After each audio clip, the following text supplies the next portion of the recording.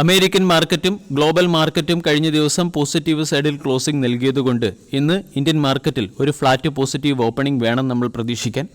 American ഇൻഡെക്സായ ഡോ John's കഴിഞ്ഞ ദിവസം 40,000 എന്ന ഹിസ്റ്റോറിക് ലെവൽ മറികടക്കുകയും ചെയ്തു.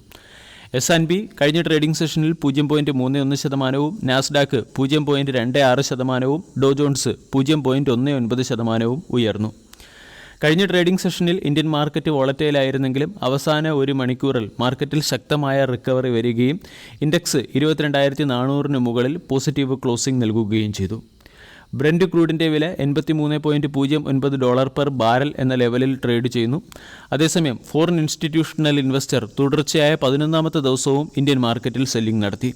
ഫോറിൻ ഇൻസ്റ്റിറ്റ്യൂഷണൽ ഇൻവെസ്റ്റർ 776 കോടിയുടെ സെല്ലിംഗ് ആണ് ഇന്ത്യൻ മാർക്കറ്റിൽ നടത്തിയത്. ഡൊമസ്റ്റിക് ഇൻസ്റ്റിറ്റ്യൂഷണൽ ഇൻവെസ്റ്റർ 2127 കോടിയുടെ ബൈയിങ് മാർക്കറ്റിൽ നടത്തി. Reserve bank of India gold backed lending അതുപോലെ തന്നെ ക്യാഷ് പേ ഔട്ട് എന്നിവയ്ക്ക് മുകളിൽ ചില റെസ്ട്രിക്ഷൻസ് ഏർപ്പെടുത്തിയതിൻ്റെ പശ്ചാത്തലത്തിൽ ഇത് ഫിനാൻസ് ആൻഡ് ബാങ്കിംഗ് സെക്ടറിനെ പ്രതികൂലമായി ബാധിച്ചേക്കും എന്ന് കഴിഞ്ഞ ദിവസം ഇൻ്റർനാഷണൽ റേറ്റിംഗ് ഏജൻസിയായ ഫിച്ച് എന്ന റേറ്റിംഗ് ഏജൻസി റിപ്പോർട്ട് ചെയ്തിരുന്നു. ഇതിൻ്റെ പശ്ചാത്തലത്തിൽ ബാങ്കിംഗ് ആൻഡ് NBFC സെക്ടറിലെ സ്റ്റോക്കുകളെ ഇന്നത്തെ ട്രേഡിംഗ് സെഷനിൽ ശ്രദ്ധിക്കാവുന്നതാണ്. JSW steel, Zydus life science, NHPC, Astral, RVNL, Phoenix mill, Balakrishna industries, global health, Bandhan bank, Pfizer, Vinati organics, poly medicure, Sobha, Zee entertainment enterprises, Amber enterprises, Varroc engineering, Kirloskar ferrous industries, Balrampur Chini mills തുടങ്ങിയ കമ്പനികളുടെ ക്വാർട്ടർലി റിസൾട്ടാണ് ഇന്ന് പുറത്തു വരുന്നത്. കഴിഞ്ഞ ദിവസം മാർക്കറ്റ് അവറിന് ശേഷം ക്വാർട്ടർലി റിസൾട്ട് പുറത്തുവിട്ട ചില സ്റ്റോക്കുകളുടെ ക്വാർട്ടർലി റിസൾട്ടിന് മുകളിലുള്ള മാർക്കറ്റ് റിയാക്ഷനും ഇന്നത്തെ ട്രേഡിംഗ് സെഷനിൽ പ്രതീക്ഷിക്കാവുന്നതാണ്. ഫാർമ സെക്ടറിൽ നിന്നും ക്വാർട്ടർലി റിസൾട്ടിന് മുകളിലുള്ള മാർക്കറ്റ് റിയാക്ഷൻ പ്രതീക്ഷിക്കാവുന്ന ഒരു സ്റ്റോക്കാണ് ബയോകോൺ. ബയോകോണിൻ്റെ നെറ്റ് പ്രോഫിറ്റ് 46% ഇടിഞ്ഞു. 415 കോടിയിൽ നിന്നും 223 കോടിയിലേക്കാണ് നെറ്റ് പ്രോഫിറ്റ് ഇടിഞ്ഞിരിക്കുന്നത്.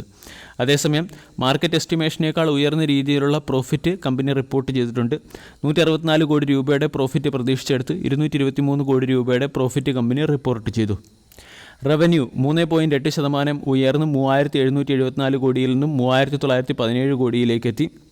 മാർക്കറ്റ് 3,890 കോടിയുടെ റവന്യൂ ആണ് പ്രതീക്ഷിച്ചത്. In terms of revenue market എസ്റ്റിമേഷനെ ബീറ്റ് ചെയ്തിട്ടുണ്ട്. പ്രോഫിറ്റ് മാർജിൻ 26.4% നിന്നും 23.4% ഇടിഞ്ഞു. എബിറ്റ 997 കോടിയിൽ നിന്നും 916 കോടിയിലേക്ക് ഇടിഞ്ഞു. ബയോകോണിൻ്റെ ക്വാർട്ടർലി റിസൾട്ടിൽ ഇയർ ഓൺ ഇയറിൽ കമ്പനിയുടെ പെർഫോമൻസ് മോശമായെങ്കിലും മാർക്കറ്റ് എസ്റ്റിമേഷനെ ബീറ്റ് ചെയ്യാൻ കമ്പനിക്ക് സാധിച്ചിട്ടുണ്ട്. മികച്ച ക്വാർട്ടർലി റിസൾട്ട് കാഴ്ചവെച്ച ഇലക്ട്രോണിക് സെക്ടറിലെ ഒരു കമ്പനിയാണ് കെയ്ൻസ് ടെക്നോളജി. കെയ്ൻസിൻ്റെ പ്രോഫിറ്റ് 96.9% വർദ്ധിച്ച് 41 കോടിയിൽ നിന്നും 81 കോടിയിലേക്കെത്തി. 64 കോടിയുടെ പ്രോഫിറ്റാണ് മാർക്കറ്റ് പ്രതീക്ഷിച്ചത്. റവന്യൂ 75% വർദ്ധിച്ച് 365 കോടിയിൽ നിന്നും 637 കോടിയിലേക്കെത്തി. 608 കോടിയുടെ റവന്യൂ മാർക്കറ്റ് പ്രതീക്ഷിച്ചു. എബിറ്റ 60% വർദ്ധിച്ച് 59 കോടിയിൽ നിന്നും 95 കോടിയിലേക്ക് എത്തുകയും എബിറ്റ മാർജിൻ 16.3% നിന്നും 14.9% കുറയുകയും ചെയ്തിട്ടുണ്ട്. മോശം ക്വാർട്ടർലി റിസൾട്ട് കാഴ്ചവെച്ച മറ്റൊരു സ്റ്റോക്ക് വോഡാഫോൺ ഐഡിയയാണ്. വോഡാഫോൺ ഐഡിയയുടെ നെറ്റ് ലോസ് 6,989 കോടിയിൽ നിന്നും 7,675 കോടിയിലേക്ക് ഉയർന്നു. 7,701 കോടിയുടെ നെറ്റ് ലോസ് മാർക്കറ്റ് പ്രതീക്ഷിച്ചിട്ടുണ്ടായിരുന്നു. റവന്യൂ 0.6% ഇടിഞ്ഞ് 10,673 നിന്നും 10,607 ഇടിഞ്ഞിട്ടുണ്ട്. എബിറ്റ 0.3% ഇടിഞ്ഞു. അതേസമയം എബിറ്റ മാർജിൻ 40.8 നിന്നും 40.9 ഉയർന്നു. മാർജിൻ 10 ബേസിസ് പോയിൻറ്റ് എക്സ്പാൻഡ് ആയത് മാത്രമാണ് ക്വാർട്ടർലി റിസൾട്ടിലെ ഒരു പോസിറ്റീവ് ഫാക്റ്റ്. JK പേപ്പറിൻ്റെ പ്രോഫിറ്റ് 13% ഉയർന്ന് 202 കോടിയിൽ നിന്നും 230 കോടിയിലേക്കെത്തി. 216 കോടിയുടെ പ്രോഫിറ്റ് മാർക്കറ്റ് പ്രതീക്ഷിച്ചു. റവന്യൂ 2% ഇടിഞ്ഞ് 1,529 നിന്നും 1,500 എത്തുകയും എബിറ്റ 18% ഇടിഞ്ഞ് 378 നിന്നും 310 കോടിയിലേക്ക് എത്തുകയും ചെയ്തു. പ്രിൻസ് പൈപ്പിൻ്റെ ക്വാർട്ടർലി റിസൾട്ടും നിരാശാജനകമാണ്.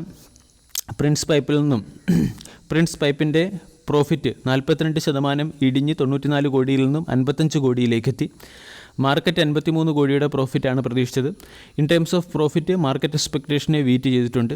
റവന്യൂ 3.2% ഇടിഞ്ഞ് 764 കോടിയിൽ നിന്നും 740 കോടിയിലേക്കെത്തി. 691 കോടിയുടെ റവന്യൂ ആണ് മാർക്കറ്റ് പ്രതീക്ഷിച്ചത്.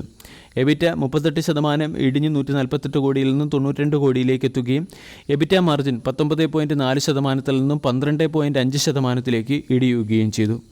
എൻഡുറൻസ് ടെക്നോളജിയുടെ നെറ്റ് പ്രോഫിറ്റ് 50% വർദ്ധിച്ച് 136 കോടിയിൽ നിന്നും 210 കോടിയിലേക്കെത്തി.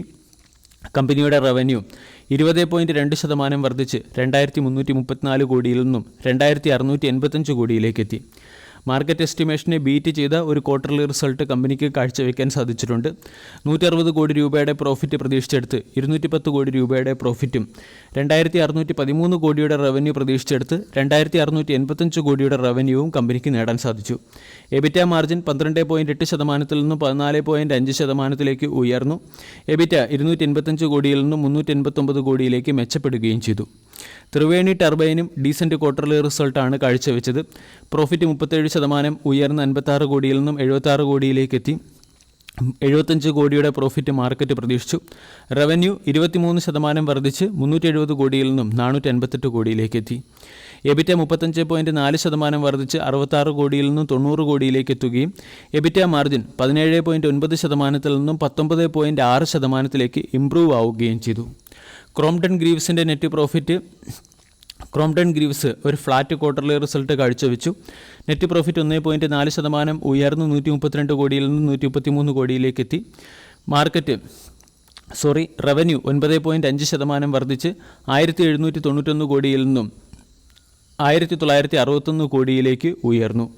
121 കോടി രൂപയുടെ പ്രോഫിറ്റ് പ്രതീക്ഷിച്ചെടുത്ത് 133 കോടി രൂപയുടെ പ്രോഫിറ്റ് കമ്പനിക്ക് നേടാൻ സാധിച്ചു. കൂടാതെ 1953 കോടി രൂപയുടെ റവന്യൂ പ്രതീക്ഷിച്ചെടുത്ത് 1961 കോടിയുടെ റവന്യൂ കമ്പനിക്ക് നേടാൻ സാധിച്ചു.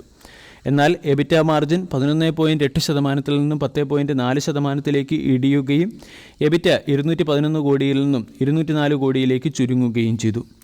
ആവലോൺ ടെക്നോളജീസിൻ്റെ നെറ്റ് പ്രോഫിറ്റ് 68% ഇടിഞ്ഞു. 23 കോടിയിൽ നിന്നും പ്രോഫിറ്റ് 7 കോടിയിലേക്കാണ് ഇടിഞ്ഞത്. ബ്ലൂംബർഗിൻ്റെ എസ്റ്റിമേഷൻ പ്രകാരം 10.2 കോടിയുടെ പ്രോഫിറ്റാണ് പ്രതീക്ഷിച്ചത്. മാർക്കറ്റ് എസ്റ്റിമേഷനേക്കാളും താഴ്ന്ന ലെവലിലുള്ള പ്രോഫിറ്റ് കമ്പനി റെക്കോർഡ് ചെയ്തിട്ടുണ്ട്. റവന്യൂ 20% ഇടിഞ്ഞ് 278 കോടിയിൽ നിന്നും 217 കോടിയിലേക്കെത്തി. 229 കോടിയുടെ റവന്യൂ ആണ് മാർക്കറ്റ് പ്രതീക്ഷിച്ചത്. എബിറ്റ 41 കോടിയിൽ നിന്നും ഇടിഞ്ഞ് 17 കോടിയിലേക്ക് എത്തുകയും എബിറ്റ മാർജിൻ 15 കോടിയിൽ നിന്നും ഇടിഞ്ഞ് 7.9 കോടിയിലേക്ക് എത്തുകയും ചെയ്തു. എക്സോ നോബലിൻ്റെ ക്വാർട്ടർലി റിസൾട്ടിൽ നെറ്റ് പ്രോഫിറ്റ് 13% ഉയരുകയും റവന്യൂ 2.3% ഉയരുകയും ചെയ്തു. ഇവിടെ എബിറ്റ മാർജിൻ 16.3% നിന്നും 16.6% ഇംപ്രൂവ് ആയിട്ടുണ്ട്. രത്നമണി മെറ്റൽസ് ആൻഡ് ട്യൂബിൻ്റെ ക്വാർട്ടർലി റിസൾട്ടും ഏകദേശം ഫ്ലാറ്റാണ്. നെറ്റ് പ്രോഫിറ്റ് 0.3% വർദ്ധിച്ച് 192 കോടിയിൽ നിന്ന് 193 കോടിയിലേക്കെത്തി. റവന്യൂ 0.2% ഇടിഞ്ഞ് 1499 കോടിയിൽ നിന്നും 1496 കോടിയിലേക്ക് എത്തിയിട്ടുണ്ട്. എബിറ്റ 18% ഇടിഞ്ഞു. എബിറ്റ മാർജിൻ 20% നിന്നും 16.4% ഇടിഞ്ഞു. ഇനി ചില സ്റ്റോക്ക് സ്പെസിഫിക് ന്യൂസുകളിലേക്ക് കടക്കാം. TVS സപ്ലൈ ചെയിൻ സൊല്യൂഷൻ എന്ന കമ്പനി മാഞ്ചസ്റ്റർ മെട്രോപൊളിറ്റൻ എന്ന കമ്പനിയുമായി ചേർന്ന് ആർട്ടിഫിഷ്യൽ ഇൻ്റലിജൻസ് റിലേറ്റഡ് ആയിട്ടുള്ള ഇന്നോവേഷന് വേണ്ടി പാർട്ണർഷിപ്പിൽ ഒപ്പുവെച്ചിട്ടുണ്ട്. GE പവർ എന്ന കമ്പനിക്ക് ടോറൻറ്റ് പവറിന് സ്റ്റീം ടർബൈൻ പ്രൊവൈഡ് ചെയ്യുന്നതിന് വേണ്ടി 20 കോടി രൂപയുടെ ഓർഡർ ലഭിച്ചു.